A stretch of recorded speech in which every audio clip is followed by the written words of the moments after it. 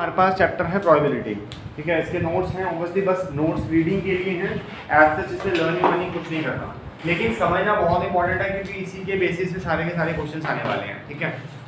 पहले 8-10 क्वेश्चन तो ऐसे एकदम लड्डू हैं, पेपर में आते ही बहुत रेयर ही हैं। मैंने PDF भेज दिया ग्रुप में, ठीक है। तो प्रोबेबिलिटी क्या कहता है? कह रहा है probability is the study of math which calculate the degree of uncertainty. मतलब क्या है इस चीज़ का? कहता है कौन सा काम कितना होगा उसकी स्टडी को हम प्रोबेबिलिटी बोलते हैं।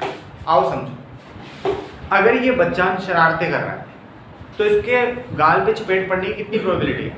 1/2। या तो पड़ सकती है या तो नहीं पड़ सकती। ये क्या पक्का है कि चपेट पड़ेगी? कभी कभी टीचर का मूड अच्छा होता है, कहता चल छोड़ दे कोई बात नहीं, कभी बोल के छोड़ दो बेटा बच्चे ध्यान दो। लेकिन कभी कभी बच्चा अड़ जाता है, फिर उसको क्या पड़ती हैं?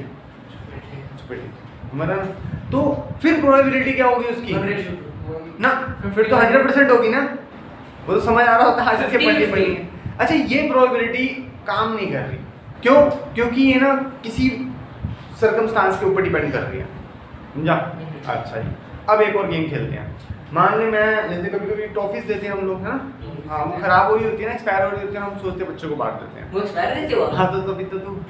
अच्छा, अब जैसे मैं टॉफीज दे रहा हूँ, आप लोग खुद पिक करते हो, ठीक है। जैसे एग्जांपल के लिए मैं अपने पास जो टॉफीज लाता हूँ उसमें बड़े सारे कलर होते हैं, येलो, पीच, रेड, बड़े बहुत सारे।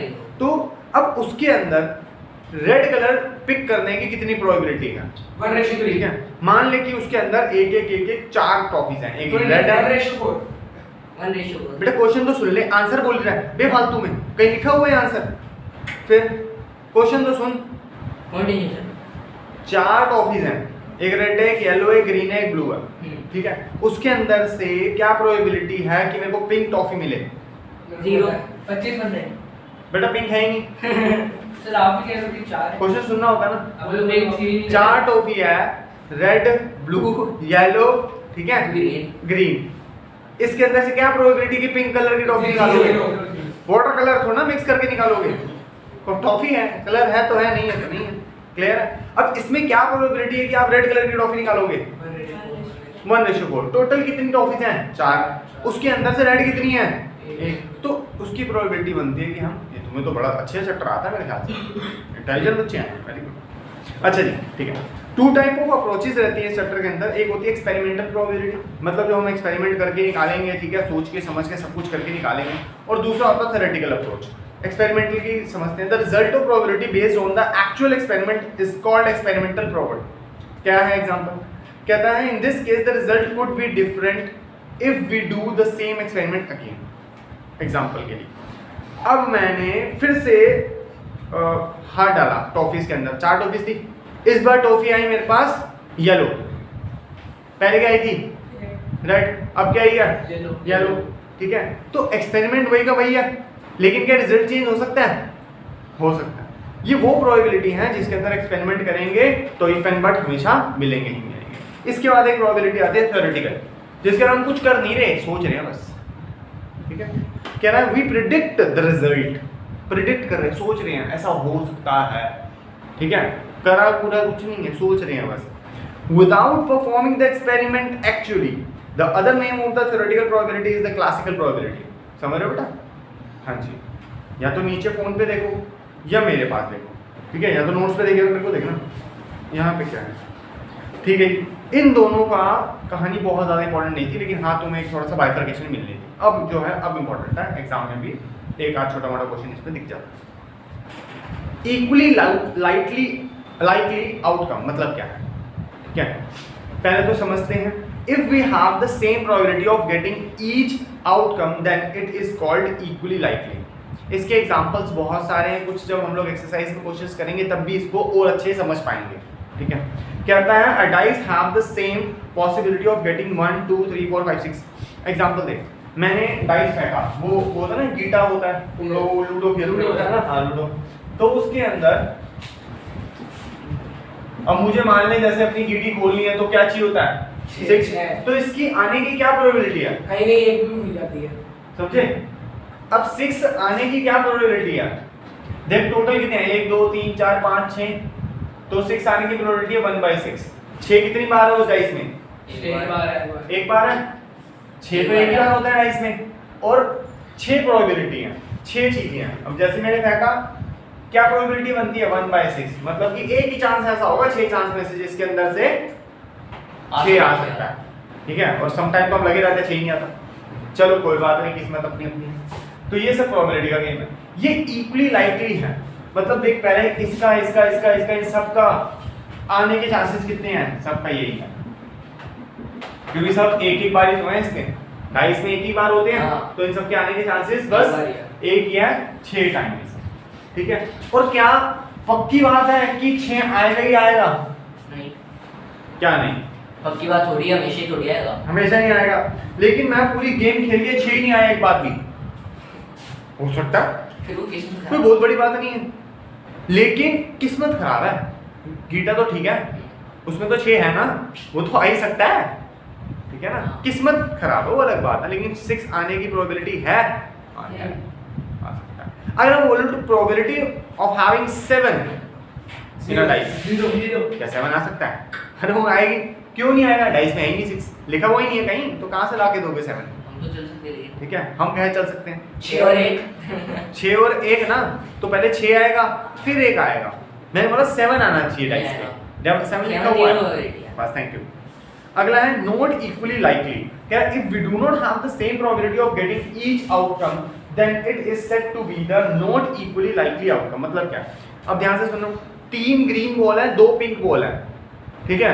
कह रहा है 3 balls and 2 pink ball are not equally likely has the probability of green ball in 3 and the possibility of pink ball is 2। समझो, मेरे पास एक दान है, उसमें 3 ग्रीन बॉल है और 2 पिंक है। पहले बता, इन दोनों की प्रोबेबिलिटी सेम है? नहीं है, नहीं। टोटल बॉल्स कितनी है? 5 है, ठीक है। और पिंक आने की प्रोबेबिलिटी है 2/5, इसकी 3/5। ग्रीन आने की प्रोबेबिलिटी क्या है? ज़्यादा। ज्यादा। तो क्या ये इक्वल है? नहीं, ठीक है। हाँ, ये not equal, not equally likely, clear है? थोड़ा थोड़ा समझ आया? ठीक है। अब मैं आप लोगों को बहुत बार एक चीज बता चुका हूँ, दैट इज इम्पॉसिबल इवेंट। जैसे वही डाइस में 7 आना, ठीक है, वो टॉफियों में से पिंक कलर का निकलना जबकि है ही नहीं पिंक, ठीक है, तो वो इम्पॉसिबल इवेंट है, वो नहीं हो सकता, क्लियर है? अब ताश के जो पत्ते होते हैं, ठीक है, तो उसके अंदर जोकर आने की प्रोबेबिलिटी कितनी होती है? उसमें 1/13 0 ही होती है। जोकर होता कहाँ है? वो तो हम पहले ही बार फेंक देते हैं। हाँ। गेम जब खेलते हैं जोकर के साथ थोड़ा खेलते हैं, जोकर फेंक देते हैं ना, समझा? ऐसे ये ना ऐसे फेंकूं, हाँ, ताश। उसके बाद समझो। अब बेटा हम लोग जब ताश खेलते हैं तो जोकर होता ही नहीं नहीं होता। ना, रखते थोड़ा ना जोकर, वो जे जो दिख रहा होता है वो जैक अंकल है, जैक पाजी, ठीक है, वो ये नहीं है, समझो बात को। बोलो सर जोकर तो आता है, उसमें जैक लिखा हुआ तो होता है नहीं, वो लगा, ठीक है। जोकर के ऊपर जोकर बना हुआ होता है, उसकी टेढ़ी सी टोपी, हंसता हुआ चेहरा, यहाँ पे लाली लगी हुई, वो जोकर है। तो उसके आने की प्रोबेबिलिटी क्या है ताश में? बिल्कुल नहीं है। बिल्कुल क्यों? वो ताश में है ही नहीं, समझा ना? अब क्वीन आने की पॉसिबिलिटी है? नहीं, नहीं ना क्वीन तो आती है भाई, ऐसे कोई ना क्यों? हाँ, आती सुधरा है। हो बच्चा, इसने ताश देखी थोड़ा, ताश की देखिए नहीं, सीधा खेली है। सीधा खेल लिया। हाँ। 32 के हिसाब से। हाँ। अच्छा, एक श्योर और एकदम सर्टेन इवेंट क्या हो सकता है? अभी इम्पॉसिबल इवेंट हम लोगों ने पढ़ा जिसके आने के चांसेस है ही नहीं, क्योंकि वही नहीं है। अगला होता है श्योर और सर्टेन इवेंट। क्या if the possibility of an event to occur is sure then it is said to be the sure probability. समझ रहे? मतलब जिसके आने के चांसेस पक्का ही पक्का है। एग्जांपल समझ, मैंने टॉफीज ली, टॉफी का पैकेट लिया, कच्चा आम का पैकेट, उसमें हाथ डाला, कौन से कलर की टॉफी आएगी? ग्रीन। ग्रीन। दूसरी बार हाथ डाला, ग्रीन एक एक करके सारी टॉफी बाहर निकाली। ग्रीन तो Last ये में एक क्या है? ऐसा इवेंट है जो सो श्योर कच्चा आम ही आनी है। क्यों? क्योंकि पैकेट इसका है अच्छा। आम का। 100 हाँ, उसकी प्रोबेबिलिटी पक्का है कि सो श्योर क्या आएगा? ग्रीन। कच्चा आम। ठीक है, तो ये एग्जांपल आपको समझ आता है। अब हम आपसे बात करेंगे इसके फॉर्मूला की, ठीक है? फॉर्मूला के हाँ बिल्कुल बेटा।